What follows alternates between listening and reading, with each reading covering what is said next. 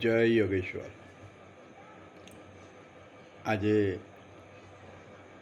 39 વર્ષ પછી તમે લોકો મળો છો અને સાથે રહેવાનો, સાથે ગોવા જવાનો આનંદ લ્યો છો. એ સાંભળીને મને બહુ જ આનંદ થયો અને મને પણ હતું કે હું પણ આવું, પણ શારીરિક કંઈક શક્યતા ન હતી અને હું એમાં જોઈન ન થઈ શક્યો. એનો વસવસો છે, પણ તમે લોકો જે મળો છો એનો આનંદ છે. કેમ? તો કે તમે લોકો આજે 39 વર્ષ પછી વિદ્યાપીઠના વિદ્યાર્થીઓ છો, એનું તમને હજી યાદ છે. અને સાથે સાથે તમે આપણા ગ્રુપને આપણે સાથે રહીએ, સાથે દિવસો કાઢીએ, એ નક્કી કરીને તમે આ રીતે જે કરો છો એ જ બહુ મોટી વાત છે.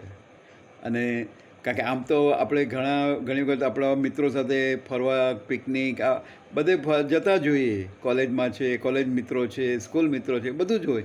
પણ આપણે વિદ્યાપીઠના વિદ્યાર્થી છીએ, એ યાદ રાખીને એ ગ્રુપમાં ને એનું મળીને તમે જે કરો છો એ બહુ જ આનંદનો વિષય છે. અને એટલે જ મને પ્રત્યક્ષ નહીં પણ પરોક્ષ રીતે મળવાનું મન થાય છે. એટલે જ મેં આ વિડીયો મોકલાવું છું. સાથે સાથે થોડીક તૈયારી તમે કરી હશે. પર્ટિક્યુલર ભોગીલાલે તો કરી જ હશે. જટાઈઓ લીધા કે નહીં? કેટલા જટાઈઓ લીધા એ મારે પૂછવું છે પર્સનલી. અને બાકી તો બધા આપણે છે જ. દીપકભાઈ પણ બધા આપણા શું કહેવાય આયુર્વેદિકો બધા લીધા હશે. અને બાકી તો હું જો ત્યાં મને મોકો મળશે તો હું જરૂર તમને ફોનથી કોન્ટેક્ટ કરીશ. હા, અને બીજું હવે આ શેને માટે હું તમને મળવા માગું છું? આ એક જ વસ્તુ કે મને યાદ આવે છે, વિદ્યાપીઠમાંથી બહાર નીકળ્યા પછી ફર્સ્ટ યર અમારે ડીબીટી 60ની મિટિંગ હતી. ફર્સ્ટ ટાઈમ મને એમાં જવાનો મોકો મળ્યો હતો. ક્યાં હતી? તો કે લોનાવાલા હતી. તો એ વખતે અમે લોકો ટ્રેનમાં બેઠા, વીટીથી અમે બધા નક્કી કર્યું એટલે વીટીથી જ અમે ટ્રેનમાં બેઠા. તો ત્યારે આપણા એક ભાઈ રામદાસભાઈ ગાંધી, બધાને યાદ જ હશે, એણે અમને સૌથી પહેલાં એ જ કીધું કે તમે ડીબીટીના તરીકે આવો છો, બરાબર? તો આપણે શું કરવું જોઈએ? કારણ કે ટ્રેન ચાલુ થઈ ગઈ એટલે અમે વાતો કરતા હતા, કોઈક આ કરતું હતું, બધું અલગ અલગ, બધા પોતપોતાની રીતે પોતાના ગ્રુપમાં નહીં હતું. તો કે આપણે આવું કરાય. અને ત્યાર પછી એણે જે કે આપણે શું કરવું જોઈએ, કારણ કે શા માટે આપણે જઈએ છીએ? દાદાજીના વિચારો લઈને જઈએ. આપણે ડીબીટી માટે કરવું છે તો શું કરવું? અને ત્યારથી લઈને અમે લોનાવાલા પહોંચ્યા ત્યાં સુધી એણે જે મિટિંગ કન્ડક્ટ લીધી હતી અને કંઈક જુદા જ ઓલામાં લીધેલી. ચાલુ વાતો હતી જ નહીં, જુદી જ વાતો હતી, પણ બધાને બહુ મજા આવી ગઈ. એટલે મને એ જ થયું કે આજે તમે લોકો વિદ્યાપીઠના વિદ્યાર્થી તરીકે આવી રીતે જઈ રહ્યા છો તો બરાબર છે, પણ સાથે સાથે હું એવી આશા રાખું છું કે આપણે પણ વિદ્યાપીઠના વિદ્યાર્થીઓને કંઈક સાથે કંઈક એવું લેવું જોઈએ કે કમસે કમ દિવસમાં એક વખત આપણે એવા જ કંઈક વિચારો કે એવું જ કંઈક લઈને આપણો સમય અથવા તો આપણે જે માટે આપણે કર્યું છે. કારણ કે હવે તો એવું થયું છે કે જ્યારે આપણે વિદ્યાર્થી હતા ત્યારે આપણી પાસે એટલું બધું હતું નહીં ભાથું, પણ હવે તો આપણે બધાના કાળા વાળ ધોળા થઈ ગયા છે.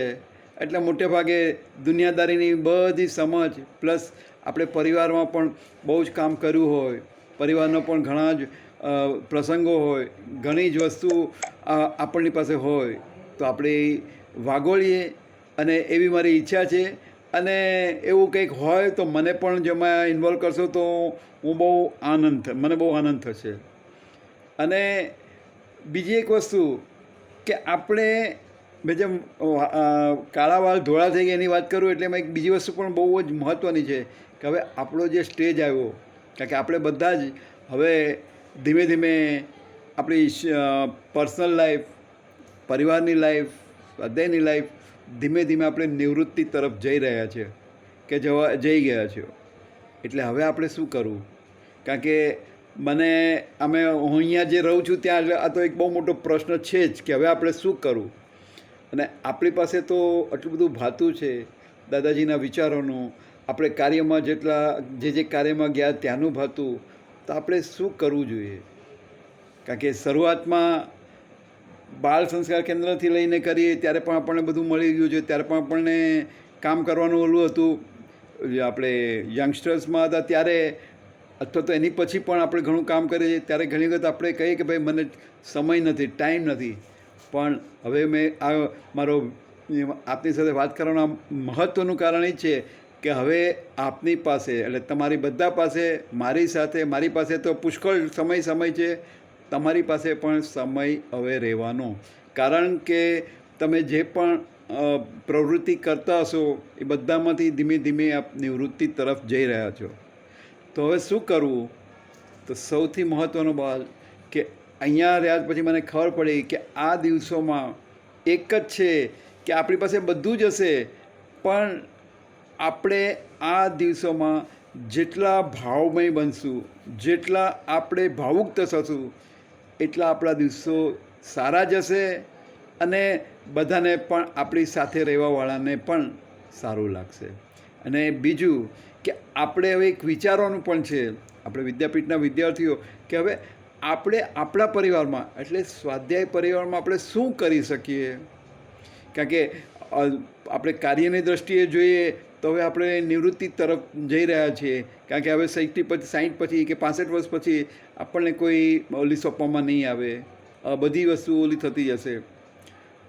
મને એવું થાગે કે હવે આપણી પાસે આ જે સમય છે, આપણી પાસે ભાતું છે, એ બધાનું બને એટલું આપણે ભાવાર્થ કઈ રીતે કરી શકીએ એનો આપણે વિચાર કરવો જોઈએ. અથવા તો આપણે નવું શું કરીએ કે આપણે આ સમય પછી પણ એનું સારામાં સારું કરી શકીએ અને પૂજ્ય દાદાના કાર્યમાં આપણે કઈ રીતે પ્રવૃત્ત થઈ શકીએ એ બહુ જ મહત્ત્વનું છે ને બહુ જ વિચારવાનું છે. અને સાથે સાથે હું તમને એક ફોટો મોકલું છું અને એમાં લખેલું છે તેજસ્વી ભવ.